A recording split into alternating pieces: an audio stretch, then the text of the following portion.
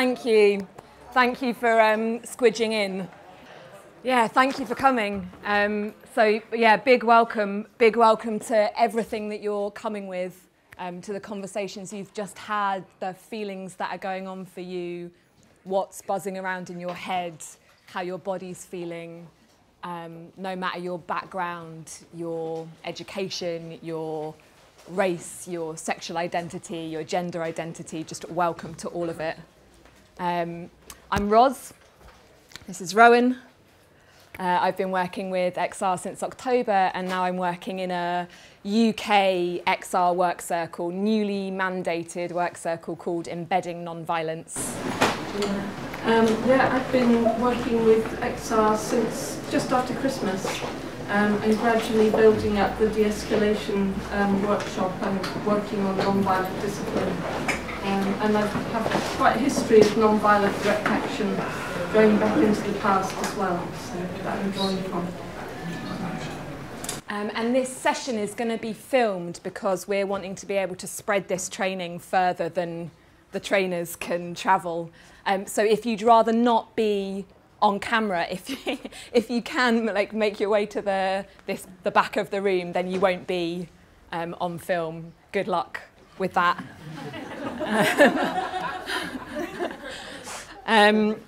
Yeah, so this session, we're not going to look so much at one-to-one or small group de-escalation. We're going to be back next week, same slot, hopefully a bigger room, and we'll look at that more in detail then. What we're going to look at today is maintaining non-violence in large crowd kind of occupation situations, especially on sites where it's beautifully fluid and open, and people are coming and going from the site, and people who are less, particularly people who might be less familiar with XR principles and values.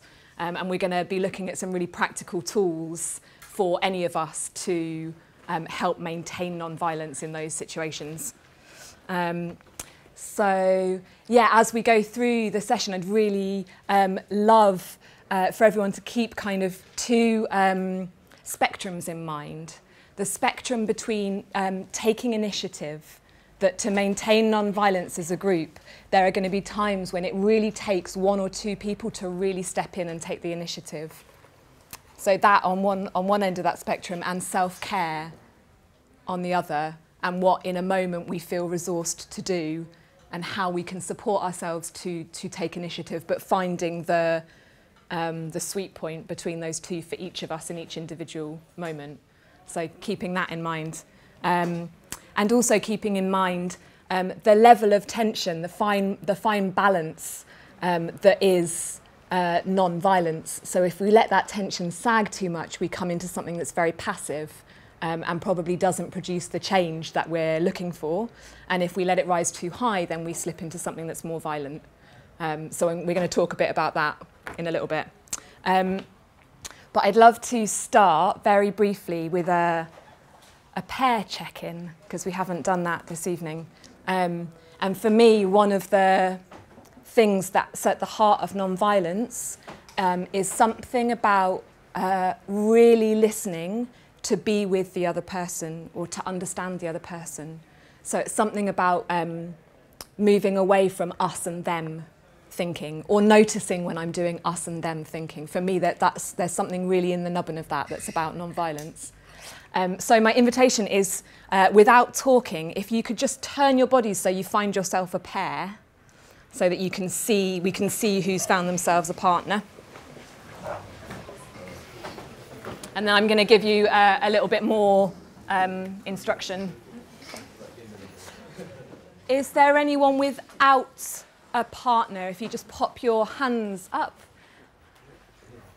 Matched. Would one of you traverse the huge distance between you? Thank you.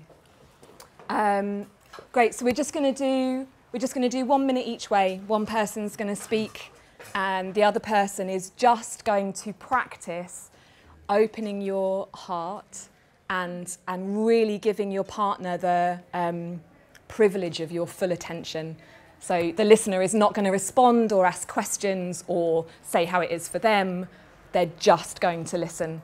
I see a hand. We use active listening prompts? I'd say whatever feels right for you to really be with your partner. Yeah, thank you. Yes, and the person who's speaking is just going to have 1 minute to check in with where you are right now. And my suggestion is that that's not about how you're doing with XR work. That's about what's going on for you right now in your emotions, in your body, in your mind, in your spirit. And I will make a noise or do a silly dance when it's time to swap over. Cool. So 1 minute each way. Decide who's going first.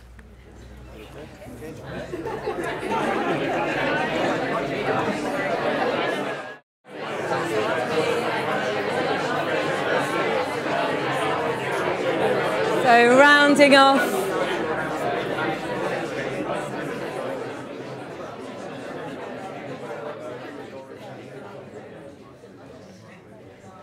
Beautiful. Thank you. Yeah, so normally I'd love to spend longer doing group agreements and really doing that together. But for the purposes of this really short session, I'd like to offer 4 group agreements. I'm going to ask you if that's okay with everyone. So the first one is to look after yourself. If you need to pee, go pee. If you need air, go get air. Do what you need to do to keep yourself comfortable and look after yourself. You don't need to tell anyone that you're doing it. Speak from I, if you can, please. So practice speaking from I, to recognise that what I say is only ever my opinion. It doesn't apply to everyone, so I'm going to use I to say it. To encourage all voices as a group. So you guys are probably familiar with it, to mitigate for power and just be aware that there are lots of people in the room, keeping answers brief so that lots of people can talk. And the last one is hand signals, which I'm guessing people are fairly familiar with. Just very quickly, to show agreement, we've got this one, so we can get a temperature check. So if you hear something you agree with, you can do this. If you've got a point to make, you can pop a hand up, and then Rowan and I can see what order the hands come up in. And we might preference people who haven't spoken yet, so it's not just a stack. Direct point. If someone's speaking and you've got something that directly relates to what they're saying, and a direct point should be a very short piece of additional information. It's not a response in disguise. And that one means round off. Any others that are applicable? Yeah, great, thank you. Clarifying question. Technical point. Yeah, so if you'd like to clarify something that you haven't understood. Technical point. You've run over, the room's on fire, something like that, a technical aspect to the meeting. Very technical fire. Very technical fire, yeah. Is that okay for everyone? Cool. Oh, for temperature checks, we probably won't need it, but we could use that one for I disagree. Is everyone happy for the course of the next hour to use those group agreements that I've just mentioned? Cool, thank you. Great. So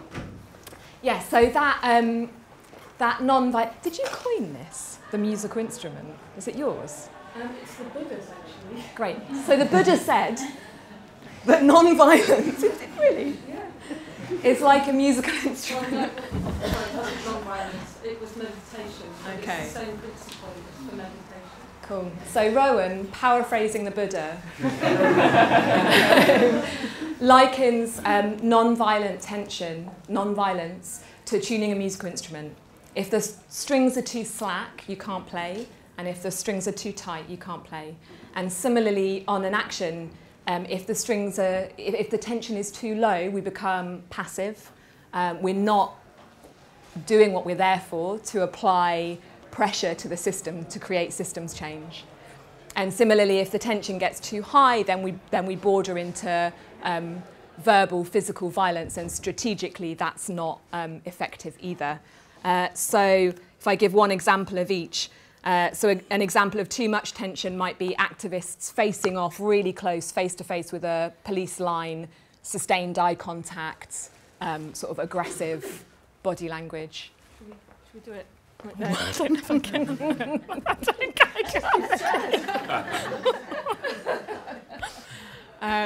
or too little tension might be if the police say, right, you can all stay, but you all have to go to Marble Arch. If we go, okie doke, and off we all trot to Marble Arch, then we're no longer civilly disobedient. We've let our tension get too slack. Does anyone have any other, maybe from stuff that you've witnessed, any other examples of too much or too little tension from actions? Maybe too much when I did the XR fashion thing here in Bristol a few months ago, and we had a roadblock and we were holding the banners, and this car driver got out of his car, steamed into us like with his stop flying towards us, and one guy next to me, like, it was a bit scary obviously, and one guy next to me sort of did react and sort of lashed out back with his boot. I can understand it. Yeah, perfect. Thank you. Yeah. So in that really difficult situation, it's a real practice to maintain that tension at the right level. Thank you. Any others that pop up for people? Too little tension or too much? I got the impression at one point at Castle Park in July that a very large number of people were having a great time sitting in the park, and we were struggling to get more than 3 people on the roadblock. Great, perfect, yeah. So too little tension, fab. I'll say that's the second one. The public there also didn't see what was going on because they all drove past the roadblock with the cop doesn't work. Cool, thank you. One more. When we were in Oxford Circus, is obviously like loads of tall buildings around us, so like quite an oppressive physical environment.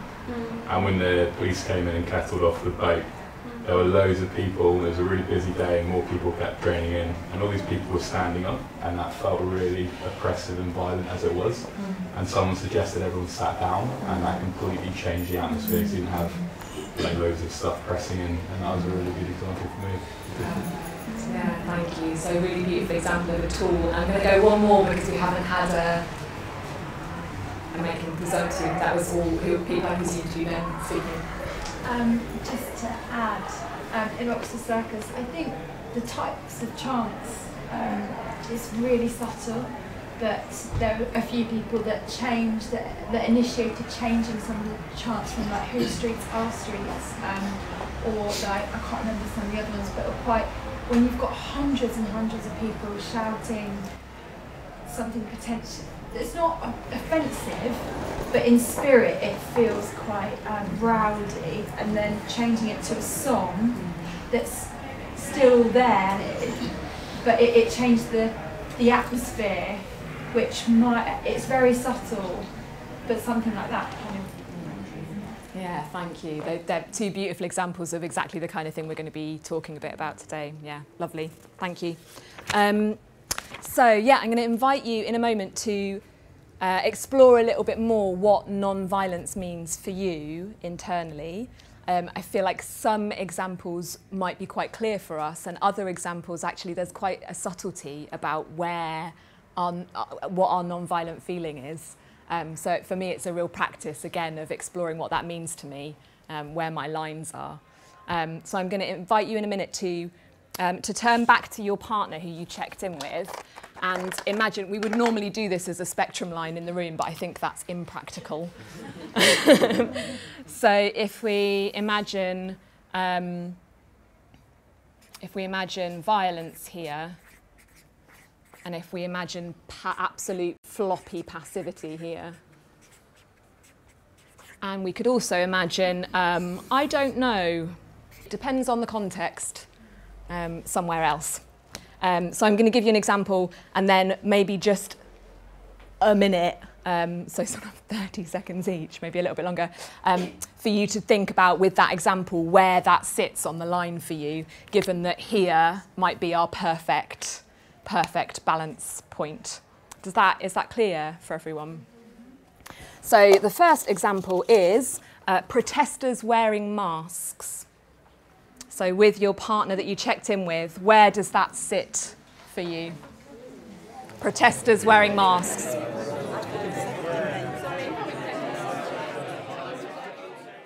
Thank you. So next one, same partner. The police tell protesters to move. Some do. Some who are willing to be arrested lie down. Okay?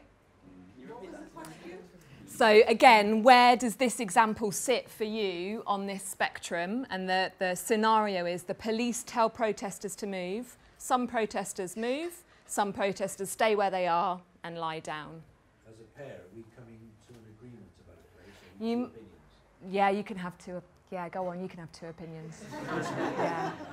Are we agreeing? Sorry, are we agreeing on? Are we looking at it as in like the people who led down, or the people who have left perspective? As a whole, as a movement scenario, we as a movement. Okay. Some of us move, some of us lie down. Okay. Go. 1 minute.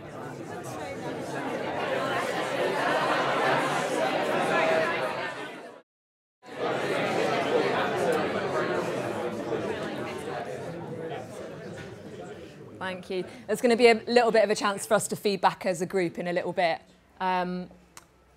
Just for the sake of mixing it up, without talking, could you turn yourself towards a new partner?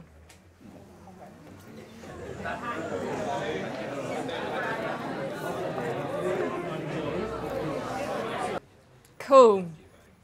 So next example. Oh, they're all really, I'm trying to cut it down because we're short of time, but they're all really juicy. Okay. The police tell protesters to move because someone has collapsed in the middle of the protest and the ambulance needs to get through. The protesters move. Where does that sit for you in this? 1 minute with your new partner.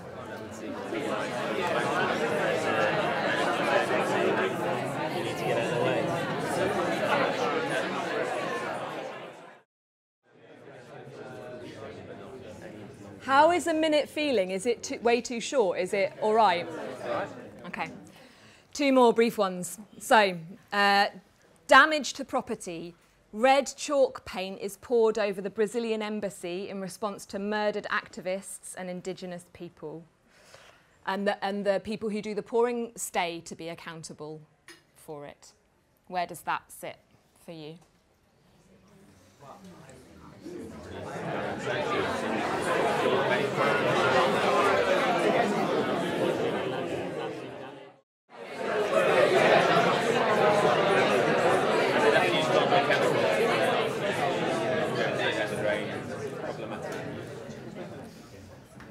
So last one, and welcome squeezing in. So we've just done some examples. We're going to do one more. So maybe you could join with the pair that are here.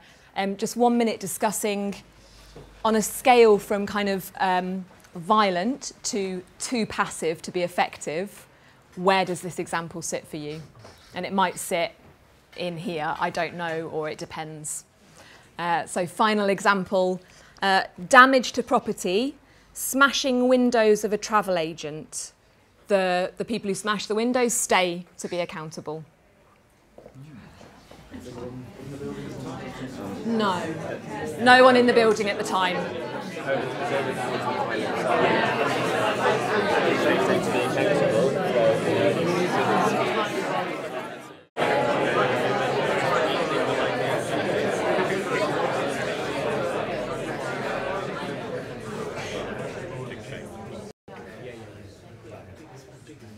Awesome, thank you. So I'd love to hear maybe 3 or 4 of the juiciest nuggets for you from that discussion. And it'd be great to hear from people who haven't spoken yet. And I'm going to keep us quite tightly to sort of 20 seconds per person so that we can move on. So were there any really juicy bits from that? We talked about masks. And we felt that hiding face takes away the humanity of the person, and actually humanity is is the best thing about non-violence. So although it doesn't actually seem like a violent thing to do, we really felt that the humanity of the person taking the action pushes it more towards the violent. Thank you. I like how you did the red chalk paint first and then the smashing the windows, because somebody told me the guiding rule in XR is that the public decides what's violent and what isn't. And there would be definitely some members of the public who would feel that smashing a window was violent or somehow unacceptable, whereas the spray chalk was coming into a lower level. And that helps me to differentiate between the two. So thank you. Thank you. Let's see another one here, and then I'm going to see if there's someone. Yeah, thank you. We've got the example with the getting through the ambulance is sort of off that spectrum. It's not violent or passive. It's just the right and responsible thing to do. And it would also be terrible PR for XR to block an ambulance. That's just mad. So that's some agreement. Thank you. One more juicy nugget one. Sorry. Can you steal it off, John? Just that if you, with the ambulance, we were saying that if you then went back and lay down after the ambulance has gone past, then that kind of brings it back into the normal level. Otherwise, if you just move off and then it's done, it's passive. So that would bring it more here. Thank you. So in a moment when Rowan takes over, I'll write some more of these examples down. And if you want to write them down or take a picture and take them back to your affinity groups or your local groups and sort of continue this, yeah, to me this feels like it's an ongoing discussion I have inside myself, and that we need to keep going as a movement rather than maybe trying to arrive at the definitive answer. We keep the question alive. So last thing I'd love to touch on is, and again maybe just a minute with the partner that you were just with to just knock around some ideas. And we've had a couple of examples already. What have you seen or what have you heard of in XR actions or other actions, other movements, and thinking back in history as well? Yeah, so when we name and claim and frame our actions as non-violent, when we call them non-violent, we call into being this incredible legacy of what that means, the sort of historical legacy of what that means. It has such power in it just for us to name what we're doing as non-violent and to keep exploring that question. So I think there are lots of examples of how we can do that all the way through the process of coming up with an action idea, of doing all the prep for it, right the way through to how it is actually on the action in large crowd situations. So just with your partner, just for a minute, knock around ideas, kind of practical tools of how we can keep ourselves here, thinking about XR, but also thinking about other movements. Is that clear? So the two examples I've heard so far were singing instead of chanting and sitting down, for example. Does that feel clear for everyone? Can you just say the question one more time? Yeah, so what are the practical tools that you know of, you've seen or you've heard about, that can keep us here as a movement on this spectrum? What have you seen happen? Yeah. So yeah, 1 minute, a couple of minutes with your partner, and then we'll collect them. Woo, sorry.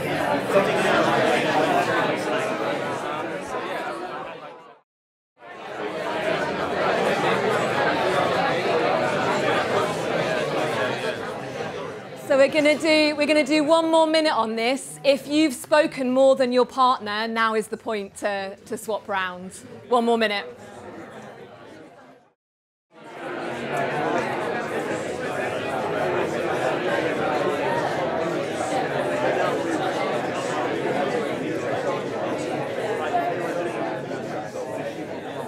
Nice and juicy discussion that doesn't want to come to an end. So we've already mentioned sitting down, and we've mentioned singing. What else came out in your discussions? My partner just said being accountable for your actions, therefore making yourself vulnerable, and that helping other people sort of empathise with it, think about it. Thank you. Costumes and performance. Performance. Did everyone hear both of those? Can you hear them okay?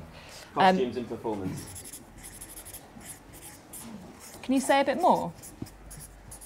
Well, I've not been on any actions, but the bits and pieces that I've seen, I really like the bits where, what were the Redland ladies called? Mm. Red Rebels. Yeah, awesome stuff. Yeah. Thank you. I've been to, well, the Bristol one and also to London, and the wonderful thing was that there were babies and toddlers and children and teenagers and going on right up to us grannies, and it was a lovely atmosphere. Thank you. Yeah, that feels like a really good measure of non-violence to me, actually, and of kind of strategy. If we're in a situation where everyone can be invited in, we're doing something right. I saw a hand here and then a hand here. Regen reminders, like breathing when it gets intense. And I noticed that, you know, people sometimes read the declaration, like to remind everyone why they're there, which kind of diffuses situations. Amazing. You can talk about that one, though, about breathing.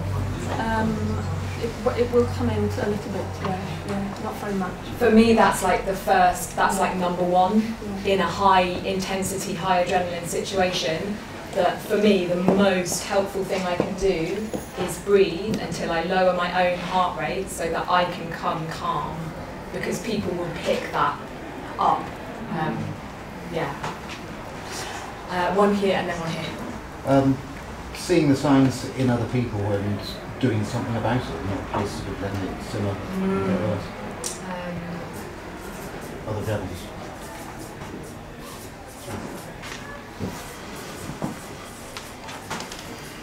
Thank you. So self-training beforehand. In particular, I'm thinking about the metta-bhavana. So that it's a meditation practice where you wish somebody well, and you gradually picture people who are more difficult to wish well. So you start with yourself, and then a friend, and then a stranger, and then an enemy. And by practicing that for a while, maybe a number of years, you find we haven't got that long, have we? You find that you can wish your antagonist well, and in fact you come to pity them because they can't control their emotions. And you look at them calmly and think, I'm so sorry for you. So 1, 2, and then we're going to have to move on. Talking to the police as humans.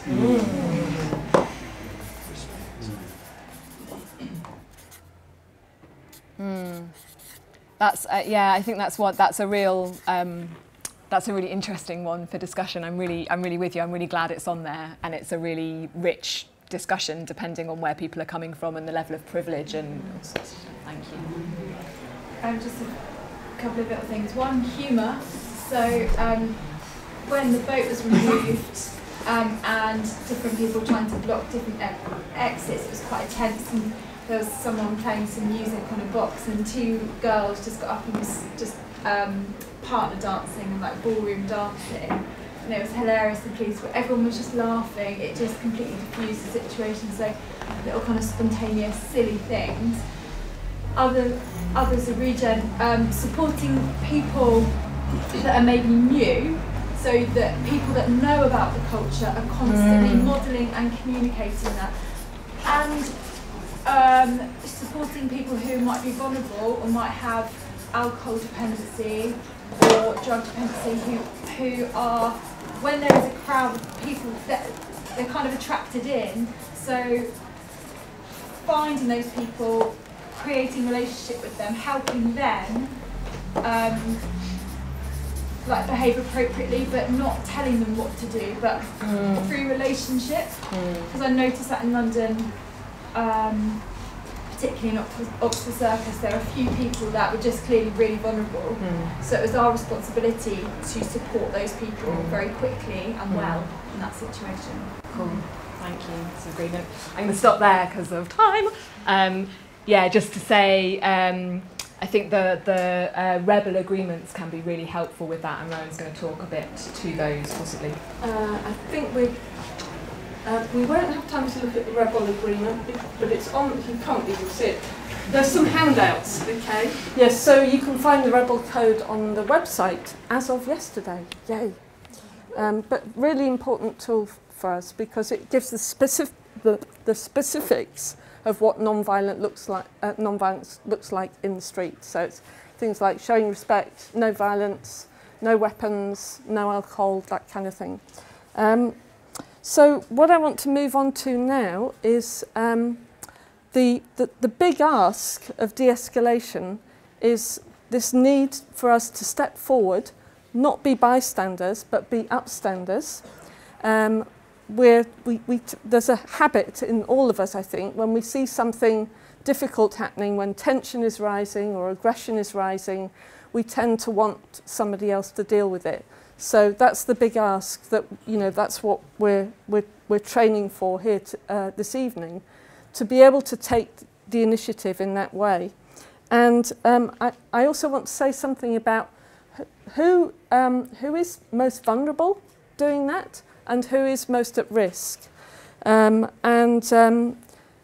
you to sort of find your own boundaries and what feels comfortable to you, what feels safe for you, because maybe you're not the best person to do this. And I'm particularly thinking about, in terms of people who might be vulnerable, I'm thinking of people of colour, black people, and also actually young white men may be more at risk of being attacked. The people that are possibly least at risk are people who look like me, who've got grey hair, older women, right? This is where our power is, because we tend to accrue respect from people. So we're in terms of de-escalation teams, we're particularly looking for older women. Okay, so if you're an older woman, get on board. So yeah, just really bear in mind and respect your own boundaries. Think about whether you're a person that might be more vulnerable and respect that. Yes, and the other thing is, if you don't feel able to take the initiative, what you can do is ask somebody else to take initiative on your behalf. So maybe you can get your buddy, because we're buddying up, aren't we? If you've been on the MVDA trainings, you can buddy up with someone and you can ask your buddy maybe to take the initiative for you. But the main thing is, if you see something happening, try and get somebody to do something. Don't just be a bystander. So what we need to do in taking the initiative, essentially, is to try and get past our ego if we're going to hold the space in the best possible way. So this is also quite a big ask, and we're going to do a bit of an exercise in a moment to try and help support that. So what we're looking for is to not bluster, not overstep forward and bluster when we're speaking to people in a crowd, and also to not shrink back. So we need to claim the space in a way that isn't egocentric and not shrinking. Not because there's anything wrong with the ego, because we have, we have a sense of self, a sense of ego, because of our self-protection. It's important that we do protect ourselves. But in this process, it really doesn't serve us, so we do need to get past it. So what I'm going to do now is a guided meditation for you, to support you in finding the resources that you need to be able to step forward, and then we'll do some exercises with that as well. So invite you to get as comfortable as you can on the hard floor, if you're on the hard floor. And also invite you to close your eyes if that feels comfortable. If it doesn't feel comfortable to close your eyes, just find somewhere close to you that you can rest your gaze and not be distracted, and just keep your gaze resting there. And just settle into your body and let gravity do its work. Let your body rest down through your bum, letting the earth hold you. And tuning into a sense of the whole body breathing. So tuning into your breathing, but feeling into the sense of the whole body breathing.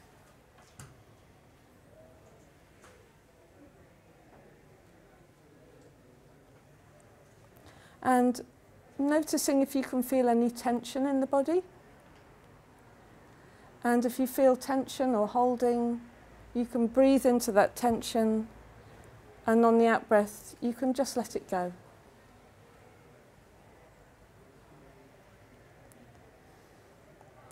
So now I invite you to recall something that you love about this world, this earth,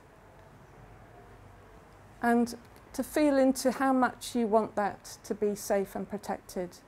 Maybe it's a landscape, maybe it's a garden you know.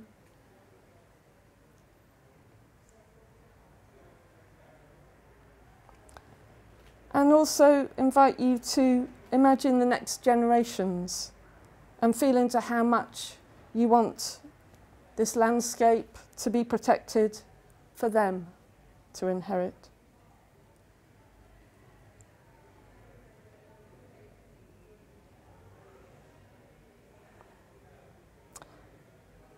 And now I'd like you to imagine or call to mind someone from the past who's inspired you. Maybe it's a famous person that everybody knows, Martin Luther King or Gandhi. Maybe it's somebody completely fictitious, doesn't matter. Just anyone that you know from your history who's inspired you. And just feel into a sense of your deep respect for this person and your appreciation for what they've given. And feel the warmth of their light shining on you. And tune into a sense of honouring them.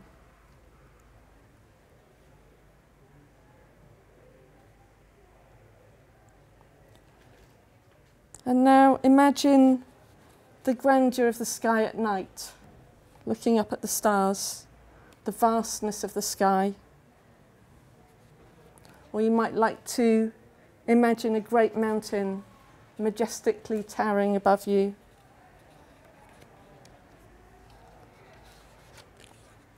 You might like to consider the fact that you come from an unbroken line of ancestors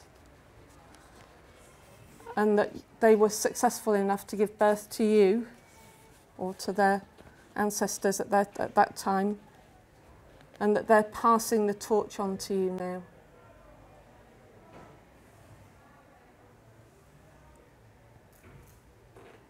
So feeling the sense of awe at being passed that torch.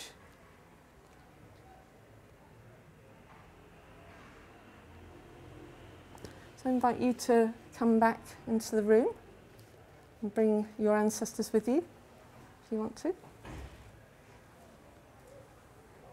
So there's lots of, there's lots of possible emotions that might resource you in doing this. But I'm suggesting to you that, well, certainly my favourite of all of them is a sense of humility. This is something that can really serve us in stepping forward with a sense of strength, but without being blustery. So when you feel a sense of honour or a sense of the grandeur of something bigger than us, it brings us into a sense of humility, and that can be really helpful. I'm not talking about, so perhaps to say what humility isn't, it would be something like, I'm not good enough, or what if I fail, you know. This is, you can imagine humility as something that, it's a feeling in which it doesn't matter so much if you fail. So there's a sort of sense of allowing yourself to fail, but doing the best that you can anyway. And that's the kind of energy that we want to be capturing, to step forward and speak in front of a big crowd of people, which is what we're going to be called to do if we need to diffuse something. So we're going to do an exercise now, which is a bit of a challenging one. I invite you to all, I'm going to name somebody or point to somebody, indicate somebody in the room. Normally we do this as a big milling, but we can't mill, so we have to do it sitting down. So I'll indicate somebody, and if I indicate you, I want you to tune into that sense of resource, emotional resource for you, that you would need to step forward. In fact, if it's okay for you, you might like to stand up when we do this. So I'll talk you through what we'll do. I think perhaps I'll start with Ros. And what I want everybody else to do is to just look at this person and just give them your undivided attention. And you don't have the person who's being looked at doesn't have to say anything at this point. It's just standing and feeling what it feels like to have people looking at you. And then the next stage of that will be to invite everybody to drop down. Actually, we need to stand up really to do this. Yeah, so everybody will need to stand up. So let's do that now. If you don't fancy doing this, which is totally fine, if you cross your hands in front of you so that I know that you don't want me to pick you, okay? So I'm going to, let's start with Ros. So Ros is going to tune into the sense of the resources that she needs to step forward.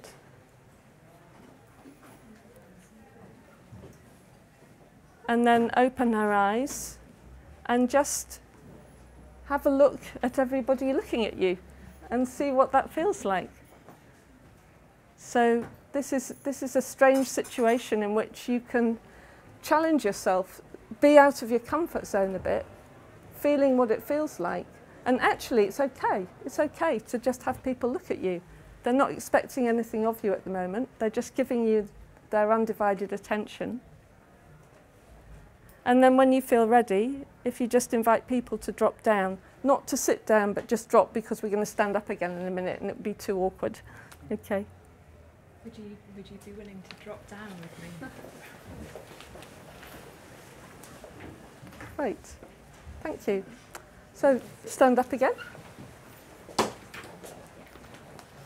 And I'm going to pick this woman, it's Mary Jane in fact, with the flowery cardigan on. So take a breath.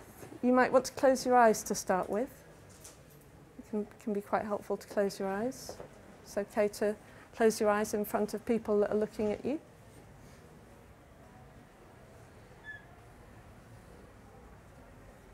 And just noticing how it's actually okay to be looked at. Let yourself be seen. If it feels uncomfortable, just breathe into the sense of it feeling uncomfortable. And notice how it's okay to not feel okay in a certain way.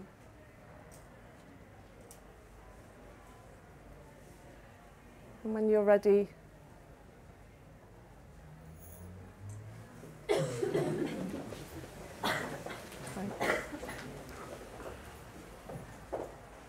okay, do a couple more. Does anyone want to volunteer to do this? Yeah, okay. So the man with the grey sweatshirt, sorry, presuming you're a man, with a little beard. A big beard.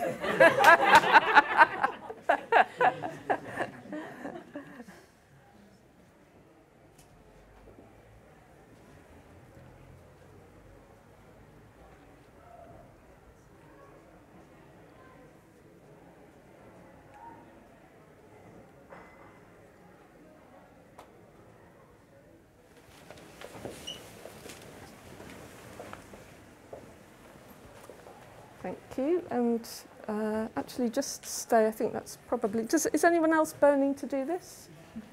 No? Okay.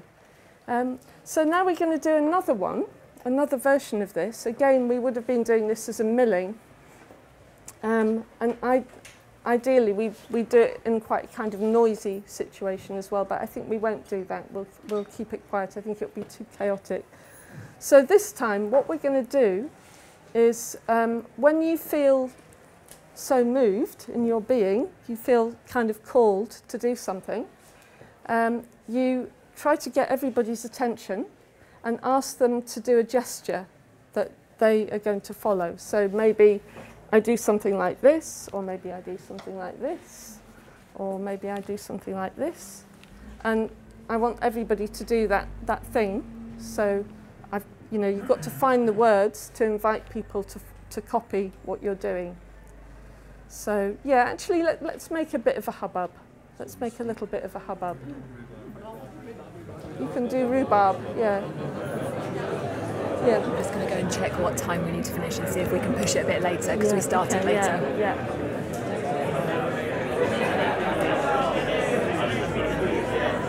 Yeah, sit down, yeah.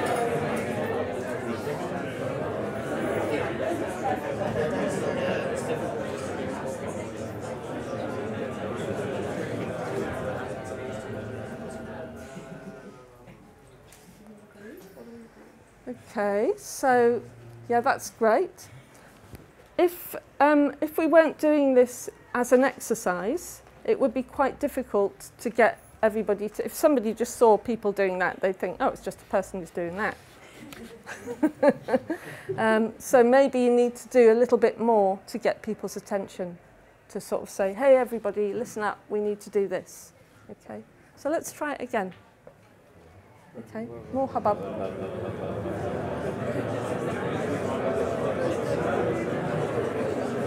Could everyone shake hands with the person on their left?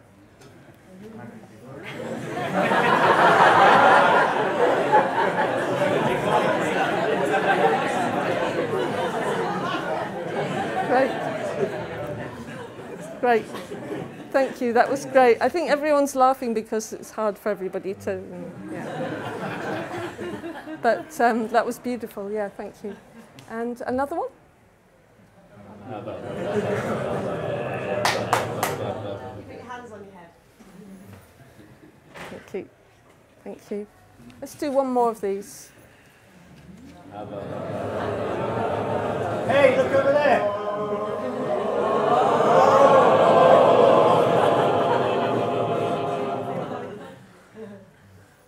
Do you want to do yours as well? Hey, look over there. Okay. Okay, thanks everybody. That's great. Are you going to talk about mic check and those sorts? I wasn't, but I could quickly.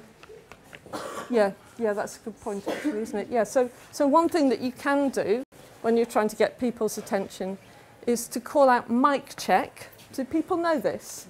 Yeah. So you shout mic check. So I shout mic check because I want your attention. And then you shout back to me, mic check. And that gradually gets people's attention. So we keep doing that until everybody's looking. So if we create, let's have another hubbub. Mic check! Mic check! So sometimes you have to do it 2 or 3 times before you get it. So yeah. And a little mini step for those, if it's a really big crowd or it's really loud, or you're feeling a bit nervous, is to gather the people nearest to you and say, could you help me with this? When I say mic check and you say mic check, or just repeat what I say.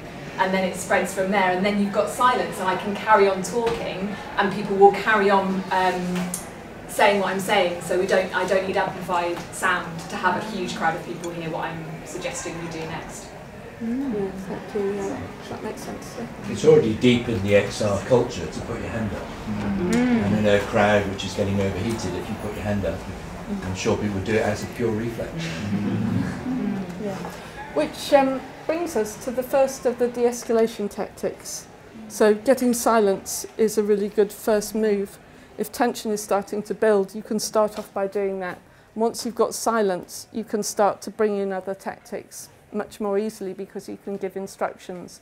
But also because when we're quiet, we can bring a sense of calm into ourselves as an individual, and also feel it reflected back by the fact that other people are calm as well.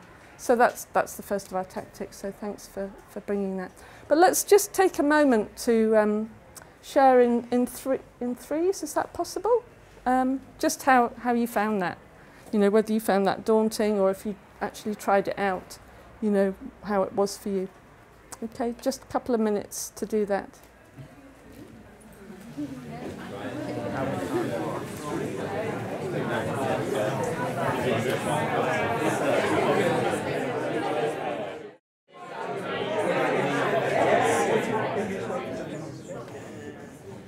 It's so wonderful. It works so beautifully, doesn't it? Okay, anyone want to share any observations about that? Any revelations? or not the other way. We felt like the hand raising was just a very good way, and that it always works, and that we don't really need any other way to silence people, because everyone knows it and it works every time. Yeah, it's a really good method, isn't it? Yeah, thank you. I was just thinking if we had people who weren't used to XR, but enough people were, they would catch on pretty quickly, or someone could quietly tell them. Yeah, yeah.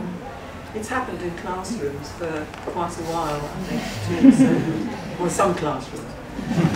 Yeah, it does spread very quickly, doesn't it? Yeah. How did people find the experience of taking the initiative? That was something that I was particularly interested to hear from people. Sorry. I felt totally stupid because when I was doing mine, the man at the back started doing his, and I thought, oh shit. And then I thought, oh well, never mind, I felt stupid for a moment, and then he told me to do it again. Now worse. But partly because it's an artificial situation. If it was in a real situation, I don't think I'd give it any second thought. If it needed doing, I might do it. And if it needed doing and I did it, I'd feel like that needed doing. I wouldn't feel embarrassed. In here, I felt embarrassed. And you're saying something about it now, which suggests to me that it didn't completely cave you in to have that embarrassing situation. No, explaining your embarrassment makes your embarrassment go away. Yeah. So even if you have a horrible experience doing it, you're going to get over it. You know, in 10 years' time, who's going to care? I will be ringing a therapist tomorrow. Sorry, this lady at the back. Oh no, there was somebody there.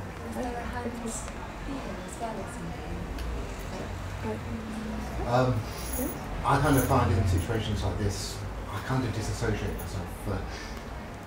I don't like doing things like that, putting myself in the public eye, until it's the time when it's the task that needs doing. It's not about me. So I sort of step back and watch myself do the thing that needs doing without.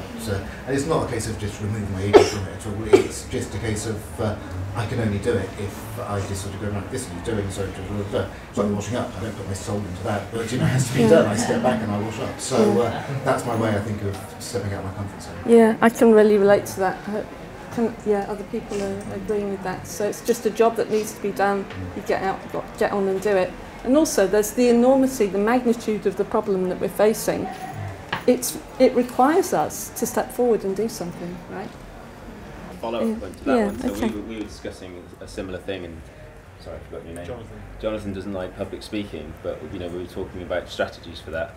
And what I tell my students is actually to just think of someone you really admire, someone who is confident, and just act as that person. So don't act as yourself if you're uncomfortable. So it's about stepping outside of oneself to do it in the way that they would do it. Yeah, excellent idea. Which is another way of stepping past the ego in a way. You just inhabit somebody else's for a while. Yeah. Okay, I think we'll have to move on to look at just a few of the tactics that we can use. So when you're stepping forward, initiating, what you're doing is you're inviting people to be silent by putting your hand up. That's quite an easy one to do because you don't necessarily need to speak. Another really useful one, and perhaps the most useful of all of them, because there are some situations where you just can't get quiet. It's just too chaotic and people are not taking notice of you. So if you can't get silence, just leave it and move on to the next tactic. So the next tactic is to get people to sit down. So this is, I think, of all of them, it's a really useful tactic. And it's particularly useful where you've got a line of police. So you've got a line of, I'm trying to think of, if there was a line of police standing here, you don't want people to be sort of nose to nose in that kind of tense, where we're sort of moving towards violence situation where it starts to get edgy. So a way to break that situation is to invite people to move back a little bit from the line of police and sit down. And you don't need everyone to sit down, you need just the people who are close to the police. So maybe 3 people deep or something like that to sit down. And bearing in mind that some people will not want to sit down because they're worried that they might get arrested if they do that. So you can invite those people to move back to where people are standing. And the advantage of this is that it exposes any edginess that's happening. It diffuses what's happening so that everything becomes calmer. And also, it's claiming space.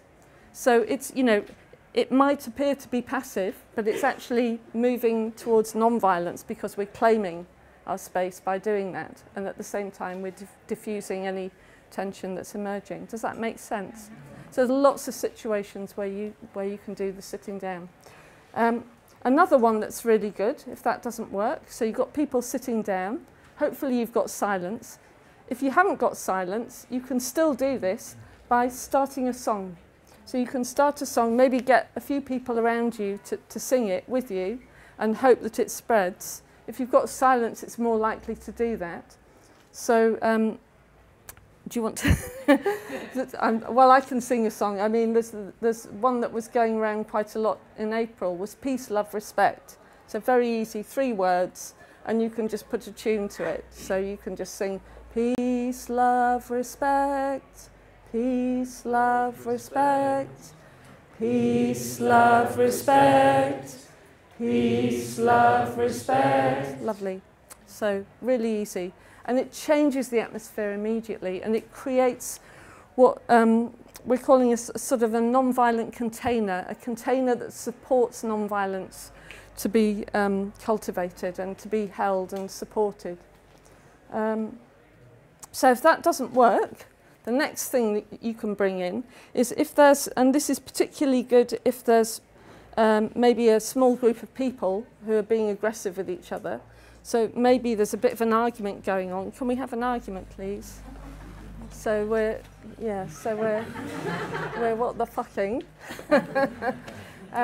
So what we need to do there is to try and expose that situation so that everybody can see what's happening. And the way that we can do that is get people to sit down around the situation. So we've already got that happening. But the other thing you really need to watch out for is to make sure that we don't feel hemmed in, because we're you know, our tempers are getting up and we're, you know, building up all this tension, and we start to feel too squashed by this situation of people sitting around us.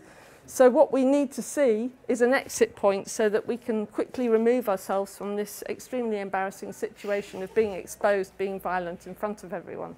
So we would look for a channel to the door, for example, or to that door, and make sure that people sort of sitting down can move away to make that channel, make that space for a retreat. Can that feel like kettling? Well, I think it could do, yeah, it could do. But, you know, hopefully, most scenarios will be solved by just people sitting down and people being exposed, you know. Yeah, it could feel like that. But, you know, we need to do something to try and maintain the discipline, so that's what we're going to try and do. How would you go about making sure that there's a channel? Again, you need to take the initiative. So if people don't already make it, you need to ask, hey, everybody, can you just make sure that there's a space here so that these people can make their exit if they want to.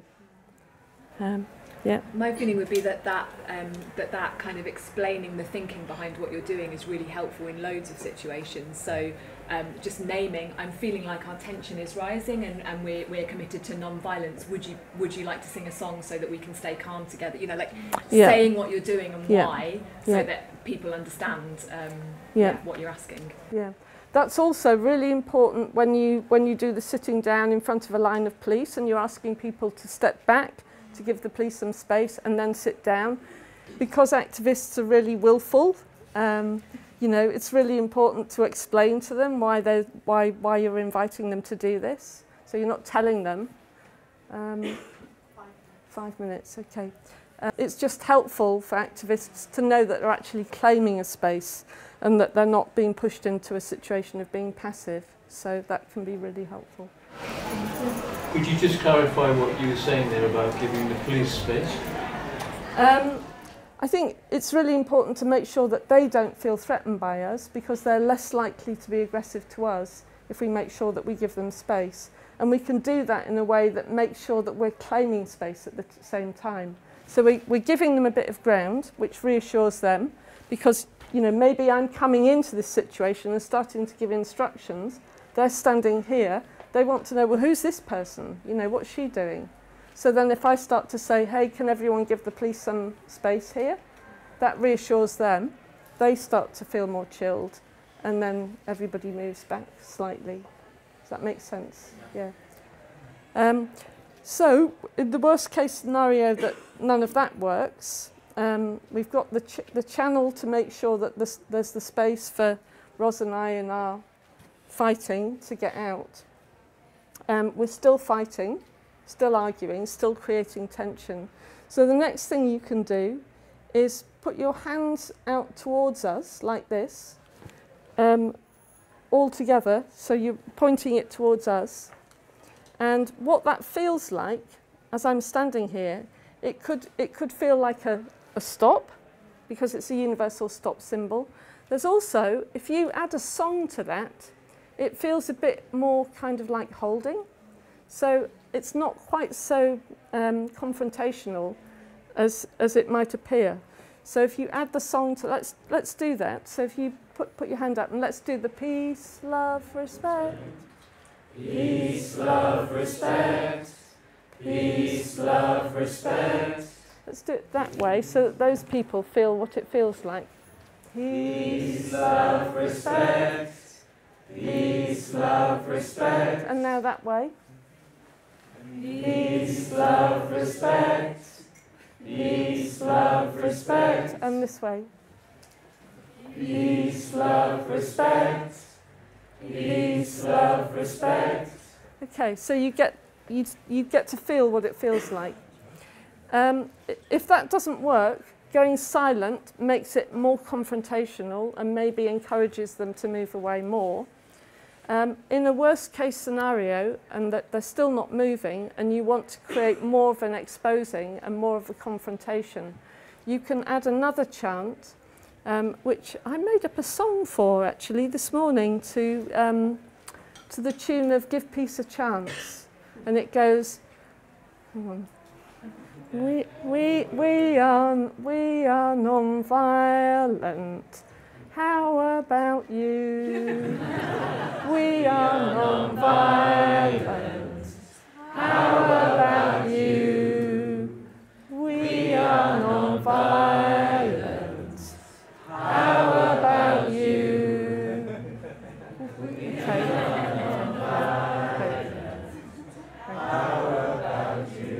Okay. So it's a bit more pokey, right? Okay, yeah. If you want to make it even more pokey, you can do it as a chant, but I would only use that in an extreme situation, especially around police violence. It could be really useful. We're non-violent, how about you? We're non-violent, how about you? We're non-violent, how about you? We're non-violent, how about you? Okay, you get the picture. I think that's probably as much as we've got time for. If you pop your email on there, I can also send you a Google Drive with songs in it, so you can find a song that you feel really comfortable with. I think that's important. Not everyone's down with the peace, love, you know, like it depends what feels good to you. So you can have that Google file and choose a song that you can be ready with. And I could also send you the handout. So don't forget to do that on the way out. Yeah, so I think there's also a move to have teams on site be really visible and clear. So like Wellbeing have blue bibs. For lots of different teams, there'll be a way of identifying the team as well that will be organised sort of throughout all the rebellion sites. So on every site, you know you're looking for a flamingo pink feather to, you know, whatever it is. It's going to be white sashes. Is it? I think during the April rebellion, people were wearing white sashes. If they were doing de-escalation, that was the MVC people. But okay, cool. Hopefully, it will be all de-escalators. Great. Yeah. So with our Knights in white sashes. So with our last 2 minutes before we're forced out, would you be able to re-find your check-in partner? And we're just going to do 30 seconds each way. And the question is one takeaway. What are you taking away with you from this evening, whatever that is? And I'll tell you when to swap over. So re-find your partner.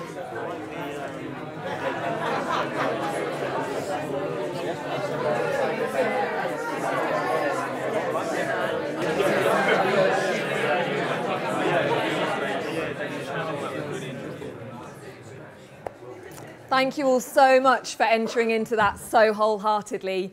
The little list of scenarios that we did is here if anyone wants to take a picture, and we'll see you again next week for one-to-one de-escalation. Thank you.